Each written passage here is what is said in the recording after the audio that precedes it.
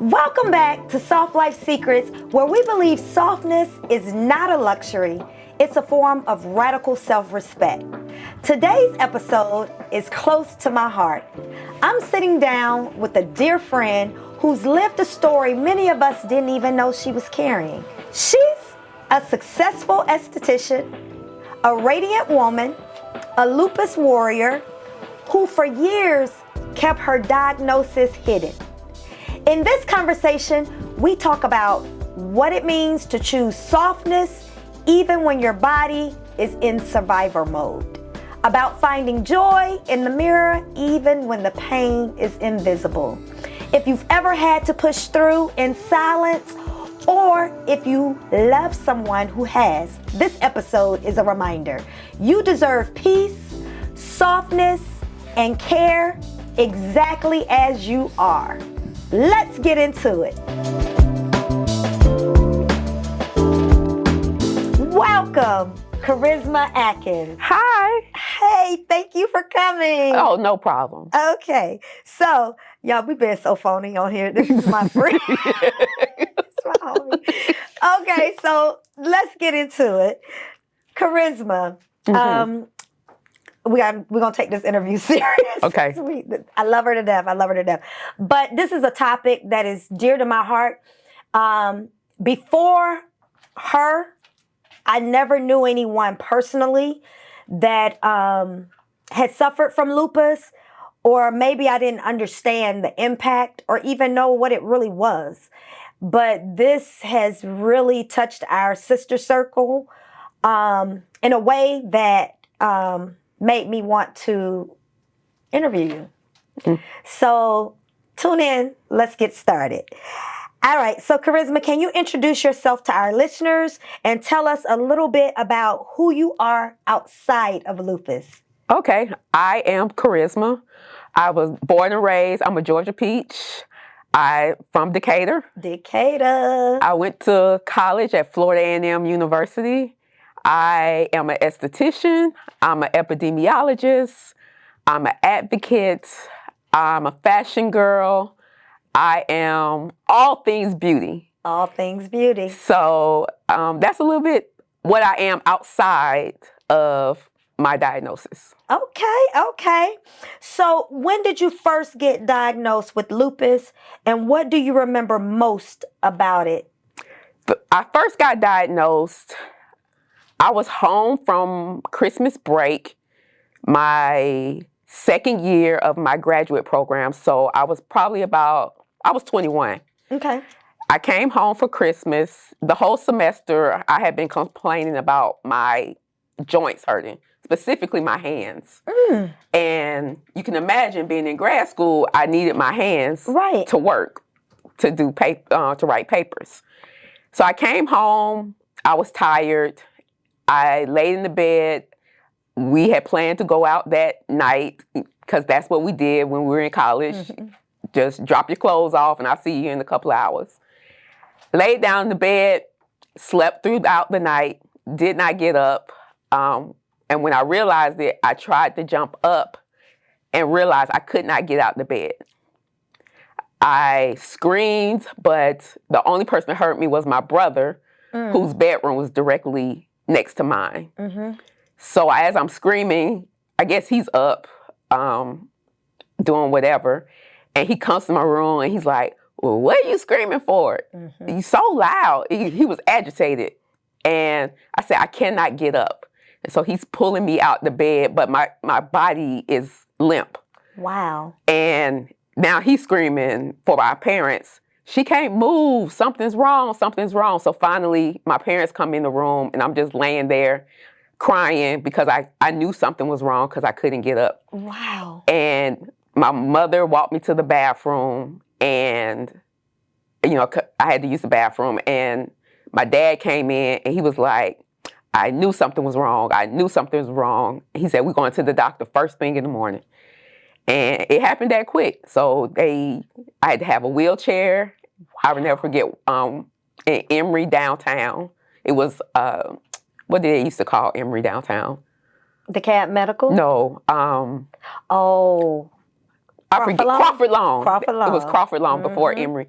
And so I walked in, I was leaning on the door, and the nurses came and pushed a wheelchair up to me so I could get in the wheelchair so I can go up to see the doctor. Wow.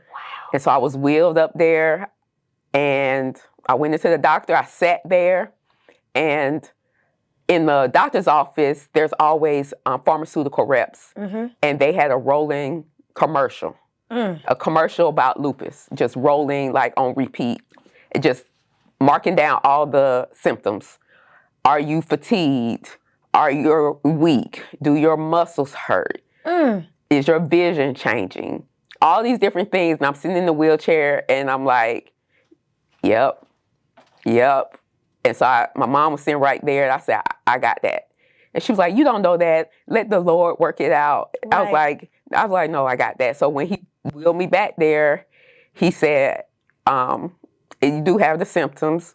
He said, we can run a test and see what's going on. Now, this is my dad's doctor. This is not my doctor. This is not my female family practice. This is his doctor. So they did the test. They said, we'll see what happens. He said, but in the meantime, just in case, I'm going to send you to a rheumatologist at DeKalb Medical. We went home later on that afternoon. Sure enough, they called, said, you have lupus. Wow. I got a rheumatology appointment like the day later, I think. Went in there, and the doctor just said, you're going to have to take medicine your rest of your life, but we caught it early. You'll be fine, but you're going to have to take medicine for the rest of your life. And he gave me a steroid, and he said, you'll be fine. And so we went and picked up the steroid. I took the steroid. I was better within like 4 hours. Wow. With 4 hours. And I went out that night because that was important to me. And there began my journey. Wow. So is lupus hereditary for those who don't know? Nobody knows. So nobody in my family has lupus. Personally, I think it's more stress related. Okay. And when your stress hormones and stress sensors and tendons get inflamed, that's usually how it happens. But some people have lupus in their family, some don't. Some, it's just nobody knows. Okay. All right, so tell me this. You've been living with lupus for years, but many of us, your friends, didn't know. Can you take us back to when you were first diagnosed, and I think we just tapped on that, and why you chose to keep it private from us? Well, that's two reasons. The first, inherently, my family is very private. We're very private people, and that's just us. The second part of it, I didn't want anybody to treat me any differently. So I kept it to myself. So if my friends say we going to the club, I'm going to the club. If they say we going to, New Orleans for Essence, I'm going to New Orleans for Essence. And so for a very long time, I always took my drugs. I always took my drugs. But I kept them in very hidden places. I kept them I had a Coach bag. It looked like a bill folder. That's where all my medicines were. So when you saw it, you would think it was my wallet, but that was my medicine. And I would take it like in the bathroom, or if we're out at breakfast, I would like mistakenly take it like with some water, or when you weren't looking, I would put it in my mouth. So I was very cognizant of, yes, I got to take this medicine, but I still don't want nobody to know. Right. I mean, it was years before we found out. Yeah. Her passing out at the club, we was like, oh, she got drunk. Remember that time? I was like, she got that drunk. She only drunk one drink. Yep. But it wasn't until it was probably about 3 episodes before we caught on or really figured out like what is going on, and we had to be like, yo, this us, dog. Yeah. You could tell us. Well, also it wasn't something that was out in the atmosphere about lupus. Right. It wasn't. It's not like today. Like right. Everybody talks about lupus today. Yeah. Everybody, the amount of Black women and just minority women I see on a daily basis that are telling their story about lupus Right. is astonishing. Because when I was diagnosed, I thought it was just me. Oh. I thought something happened to my body. I thought I did something. I thought I did something bad. Right. I didn't know because I didn't see anybody that looked like me or remotely in the general vicinity of me Right. that had lupus or knew what lupus was. And Right. mind you, I'm in public health school. Right. That's what I was getting ready to say. She is a public health major. No mentioning of any type of autoimmune condition called lupus in any of my books, any of my research. Really? It was just something very silent. And it was new to you as well. Is it something that just attacks women? No, there are men that have lupus. About 10% of the population that have lupus are men. Okay. The other 90% are women. And of those, that 90%, 8 out of 10 are Black females. Why? And that was going to be my next question. Most people that I see with it are Black women. So why is that? Have you done research on that? Yeah, and it's the telltale sign. African Americans, stress, but we just have health disparities that are undiagnosed and unanswered for whatever reason. That goes with any type of chronic disease: breast cancer, prostate cancer, colon cancer, lupus, kidney disease. Every illness that you can imagine or you can name has a disparity issue with Black women. Black women. Black men as well, but really some of the chronic conditions that we hear most about are Black women. It's just a disparate amount of people with that. Wow.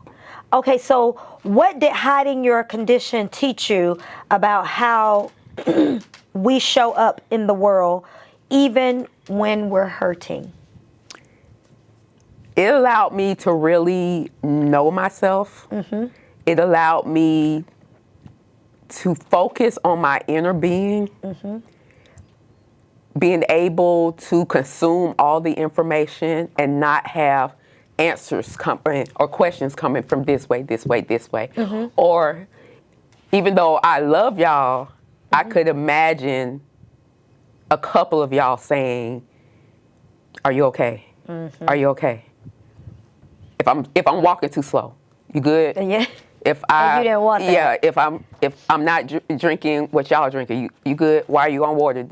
Like, I did not want any of the questions. So it allowed me to start being comfortable with my own self, my own being, figure out what I want to do for the rest of my life with this. Because there were a moment people, because I was in grad school, they were like, "Well, you're going to have to stop." I was like, "No, not stopping. Not at all." So it just allowed me to be more confident and more, cognizant of my own will, my own determination, Right. And my own strength at the same time. Right, and you didn't just stop at grad school. You No. got your doctorate. Yeah. Dr. Charisma. Yes. Put some respect on it. Yes. I remember when you went through that journey, but I also remember when you did become vocal to us and we started finding out.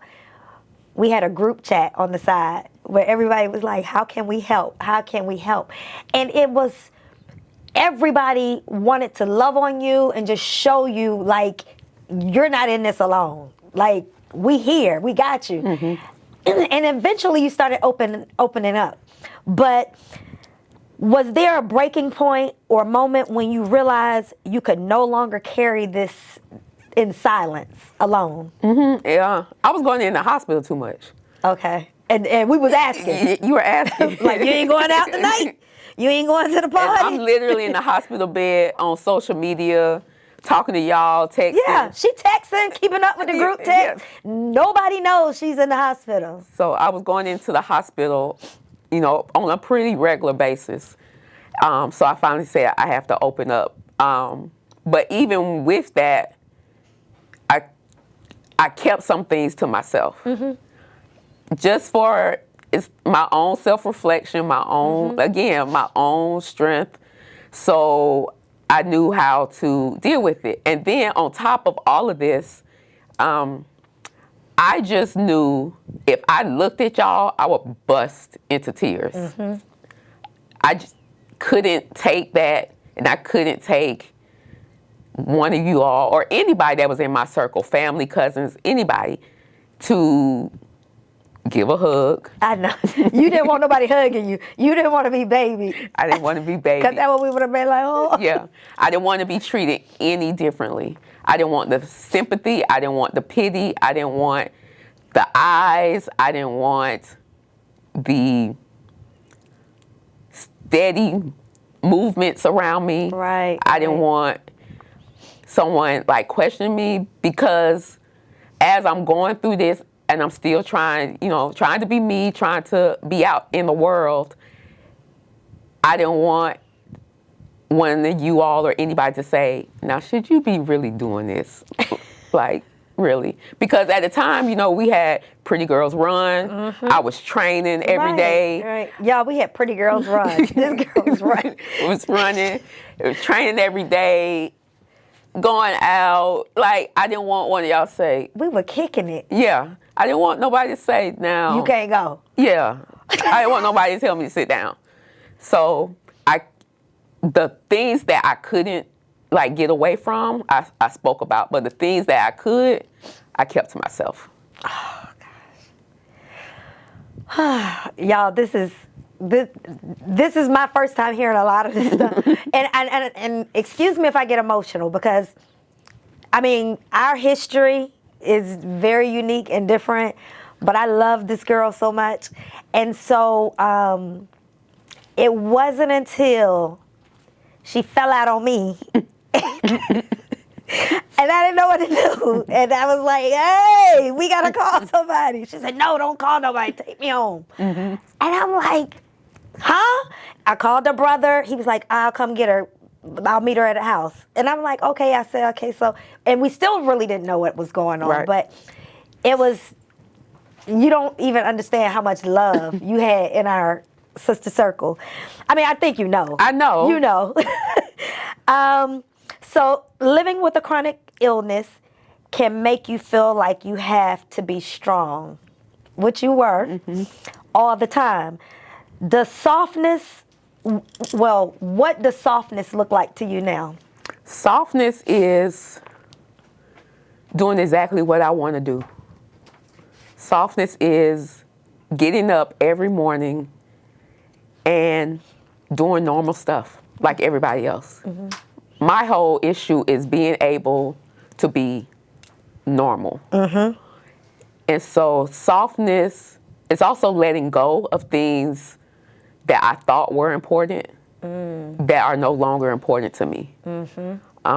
It's laying back and watching TV. It's laying back and giving somebody else control over my life for that moment. Right. It's about being in the world and not fighting for every single moment, for your future, for your education, for your career. Yeah. It's about letting go, let God do his work, and me move the way I want to move and not the way somebody tells me to move. Yeah. You played an intricate part in me finding my soft life, because when I looked at your journey and I said, if she can live and do all these things, excuse me, hold on. Why can't I just appreciate what, you know what I mean? You don't understand until it touches home, but you never let anything worry you. You always showed up for your friends. You had no stress. So we thought, it was just, hey, you lived a soft life way before we even thought about it. Maybe you was forced into it, maybe, with the, excuse me, let me get my tissue. Cut. Wait. Oh my gosh, I knew I was gonna need some tissue. Ah! This is gonna be on the blooper tape. Hold on. Okay. My makeup artist gonna get me. You gotta do square. Huh? A You gotta do a square. square. See, y'all, even during teary moments, she trying to teach me how to be beauty. She said you gotta fold it into a square. I got a ball. She said you gotta fold it into a square. Let me take it from the esthetician. Okay, this is not how this is supposed to go. Okay. It's fine. Okay, so are there any rituals, spiritual, skincare, mindset, or otherwise that help you stay grounded in softness during flare-ups? Well, luckily, I haven't had a flare up in about 15 years. Oh, praise God. Rituals, obviously, I'm a church girl, always have been. Grew up in the church, believe in the church, go to church. Right. Shout out to Green Forest. It's great Forest. Now House of Hope. Right. So I give it all to God. Even when I had flares, it was all God. And luckily, I have parents that believe the same, that I believe. Their prayer life is more advanced than mine, right. But I know how to go to God in prayer. I also, as far as beauty is concerned, I would say beauty is my saving grace through everything. Because when you have lupus, one of the main outcomes that a lot of people get is called the butterfly rash. Oh. The butterfly rash appears across your whole face. It's for black women, it's supposed to be purple. It's purple on other cultures, but for black women, it's like a deep gray. It makes your skin very grayish. Wow. But it would look like blush on some people, but it just go from ear to ear across their face, across their nose, their cheeks, and everything. So that's the reason I went to aesthetic school. I didn't want to get the butterfly rash. Wow. So I went to aesthetic school to learn about skincare, to learn about facials, different treatments, how to prevent the butterfly rash, what to do if I ever get it. Oh my gosh. So beauty and all the aesthetics that go along with that, hair, clothes, shoes, bags. Right. That is what keeps me uplifted. Right.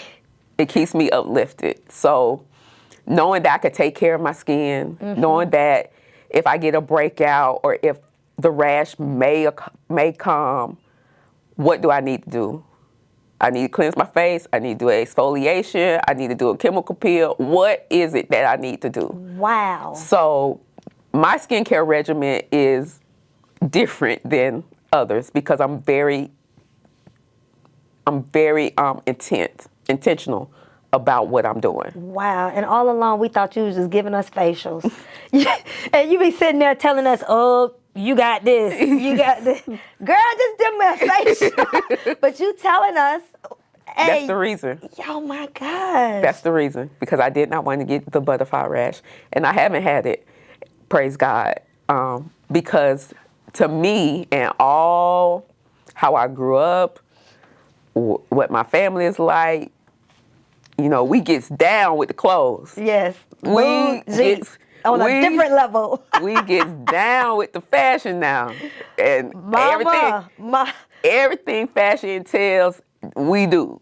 So I didn't want to be the oddball out. And I wanted to not keep up, but I wanted to stamp my own, how my fashion life and my beauty was going to present to the world. Okay. So definitely beauty is one of the things that keep me uplifted. Prayer, and helping others. Helping others, yeah. Helping others. Like, I'm a giver. I may not talk a whole lot, but if you tell me your story, I'm gonna listen to you. And you there. Yes. That means more than anything. You're there, you're present. This is one friend that's gonna be there. If she can, she's gonna support you in every endeavor. Yes. And you got a lot of friends. I do. It's a lot of. I do. But I love y'all and I enjoy y'all. And like when y'all need help, I just, If she's able, she's there. yes, I'm going, and even when I may be in a mood or not in a flare, but like just not feeling my best, if one of y'all call me and say, whatever, this man did this, Right. the job did this, my house like this, my parents like this, I'm going to listen and Yeah. I'm going to be there. You do. You do. She's a faithful, loyal friend. Okay, so what was the most... Okay, let me reword that. What was the moment that made you feel ready to share your journey more openly? The shifting moment when you decide to go public on social media. Okay. Not just with the friends. Okay, so not only do I have lupus, I also have the version of lupus that affects your kidneys. So for years I was that's the in and out the hospital, dealing with my kidneys, trying to preserve them, treating them, doing everything I could. When I could not, and my kidneys really started to fail, and I had to go on dialysis, I could not hold that much weight every single day. I had to open up. And really, that's when I opened up. When I found out it was affecting my kidneys, that's really when I told you all. Okay. So dialysis is a whole nother beast. It is draining, it is tiring, and you just want something else to focus on. So that is the moment that I really started, not only to you all, but to other people, work colleagues, people at church, started telling them, I started, advocating for myself for the different months that were happening. There's breast cancer month, there's this month, there's kidney disease month, there's lupus month. So that's when I started opening up. Now, while I was on dialysis, sleeping is very hard at night. So Really? you have a lot of insomnia. And I was on TikTok one night during one of my insomnia nights, and there were 3 people that were talking about chronic kidney disease and dialysis. And they were so free. They were like a smile on their face. They're just talking about their journey. There's one had lupus already. Another one, she had been going through kidney challenges since she was like 10 years old. Another one had diabetes. And so I was like, they are so free talking about it. Because I was definitely afraid of dialysis from watching my family members deal with dialysis and not like coming through dialysis. I was afraid. I was very fearful of it. And so when it happened to me, I knew I had to do it. I didn't like doing it, but I knew it would help me. And the researcher in me started looking up the efficacy of dialysis, started looking up the effectiveness of dialysis, like the lifelong impact of it. And it wasn't that bad for me in my particular situation. So I went through it, but again, I was just searching on TikTok and they were so free. And I just opened up to one of them. I said, I'm on dialysis too, and I have lupus. And then that led me into a whole nother community on TikTok of people with lupus and going through dialysis. Wow. And that was in 2022. So not that long ago. Right. And I'm thinking you up because I got insomnia. Yeah. You had insomnia. I had insomnia. And it was bad, bad insomnia. So I started opening it up, and then people started reaching out to me on TikTok themselves. What should I do? What's the benefit of hemodialysis versus at-home dialysis? And so I just started talking to people, and they started listening, and then it got into my profession. I started researching more about lupus and about chronic kidney disease and about other chronic conditions, other autoimmune illnesses, and I made up my mind to start talking about it, and really get out there in the forefront to be an advocate for it. So since 2022, that's what I've been doing. Wow. Dang. Okay. All right. This is new, some of this, and I'm loving every bit of it. Okay, so what do you wish your friends, including us, had known or done differently back when you were silently struggling? Honestly, I don't think you could have done anything differently. I credit some people with different aspects of my journey that helped me. One, with the working out, that was Jenny. With the positivity, that's Mickey. With the continuing to live on through adversity, that's you. So there are different people in my circle that I would be like, oh wow, I could do that. Or because you all didn't know, you would be, oh, come on. Right. That's Jenny. Come on. Come on. Just go on a walk. Like, or I'm about to do hot yoga. You want to do it? Yeah. So it was. I don't think as much you all could have done differently. It was really all on me, and it was my own insecurities about how you would view me, and how that our relationship would change because of it.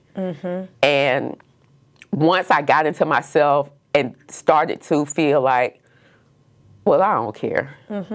I don't want to hold this anymore. I don't care. So I'll never forget, it was at Jenny's house, one of our Clementine shrugs and vision board parties. And someone was talking about something they were going through. And to me, it felt minor. And I was like, I think I said, well, I got lupus. I don't even know how this life gonna turn out. So Right. And people like looked, because it wasn't just us; it was other people. Other friend circles coming together. And so I think that's the first time I like blurted it out. But I remember being in that vision board party talking about it. And so I don't think as much anybody could have done. It literally was just me, my own insecurities. Okay. I remember when Jenny wanted to go away. You remember we used to do the Savannah trips, and you were a part of the original Savannah trips. And so one year Jenny said, well, we had stopped doing Savannah trips, and we went to Miami. Remember, in the middle of the week. Like on a Tuesday, we in Miami just kicking it in the house. Not one time did we make it to the beach, and Not we was one. okay. We had rented a house that had a pool. We was living a soft life. Yes. And Riz came. I call her Riz. Y'all can't call her that. Her name Charisma. But I remember when you came to Miami, you was like, all right, y'all, I'll be back. I said, where you going? I'm going, because usually we shop together. So I'm thinking she going to sneak shop. She was like, I got to go to dialysis. And my mouth dropped. I said, look at here. She is dedicated. But I admire you didn't let it stop you. Because other people would have been like, I'm not going. You found a spot down there where you could go do your dialysis. And she made sure she stayed on schedule with everything. Came back to the house and we kicked it. Like, that was, at that point, we was like, yo, she is our dog, man. Like, everybody just was amazed at that. That was amazing. Well, I mean, I had to do it. And quite honestly, during those days, if I didn't do dialysis, another aesthetic thing for me, I would blow up. It would be in my face, it would be in my arms, it would be everywhere. Like, it'd be like a balloon. Because for kidney disease, you're retaining water and you're retaining toxins. And so if you don't excrete them, and I can't excrete it through urine like of everybody else, I have to have help to excrete them. So if I had not gone to dialysis while I was down there, the plane ride home, Would have been awful. it would have been awful. Okay. So, yeah. So See? dialysis, it does help you. It's draining, very much draining, but it helps.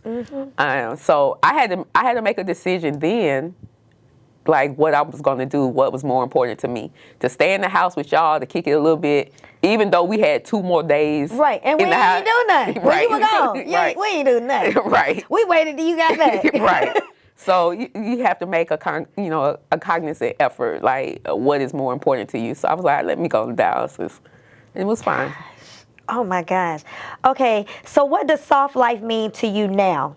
And how lupus has taught you has lupus taught you anything unexpected about joy, femininity, or softness? Yes. Lupus has taught me to let go, but as far as my femininity is concerned, it has allowed me to be more a part of that nature. So because I live by myself, you have a regiment that you have to do. Right. You got to take out the trash. You got to trim some hedges. You got to do all that stuff. So when lupus has taught me to say that that's not all that important. Wait for the homeboy to come do that. Right. Like, the trash is going to sit right here until he show up and take it to the street. Right. So it taught me to, like, chill. Chill and... You don't have to be superwoman. Right. And then on the, the extra side, it taught me, how to make up my face, how to present to the world that is comfortable for me, but highlighting my femininity. And you do that very well. Yeah. So you'll never see me without my eyebrows done. You'll never see me without my lashes done. You might not ever see me without some heels when the environment calls for it. Now, I'm a tennis shoe girl all the way. All day. But you're going to see me with lashes, brows, my face pretty much, natural and made up. And some lip gloss. And some lip gloss. She gonna have that lip gloss. Yes. So, yeah, it taught me how to be feminine. It taught me how to let go, how to lay back, how to preserve my peace. And find joy in everything. Find joy in everything. Find joy in everything. Had I not listened to my body, I don't think I would be able to find joy throughout the journey, because I did. I've been with my doctors from the very beginning. I'm one of those persons that I did not have an issue with the medical field. Okay. I did not have an issue with them because I was able to let go. I wasn't trying to tell the doctors what to do or what I'm not going to do, Right. or what I am going to do. I sat back, I listened, and I received the information, and I took it how I wanted to take it. And so I did not have a problem with the medical industry or the medical field. I didn't. I've been with my doctors the entire time. Wow. Yeah. If someone out there is silently living with a chronic condition and doesn't feel safe being soft, what advice would you give him or her? Find out what gives you your drive to keep moving forward. Whatever that drive is, that will give you a sense of peace and joy while you're going through the journey.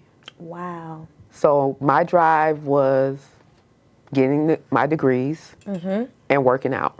Those were my 2 drives. Yeah, I was going to say working out. You Yeah. never talked about working out. She's a workout guru. Yes, I'm a workout person. So those 2 things give me the motivation to keep going. If I can't do one of those 2 things, that means I'm really not in my joyful state. Okay. If I can't get up every morning and go to the gym or go on a walk or whatever I choose to do that day, that means my joy, my peace, my comfort is missing. Okay.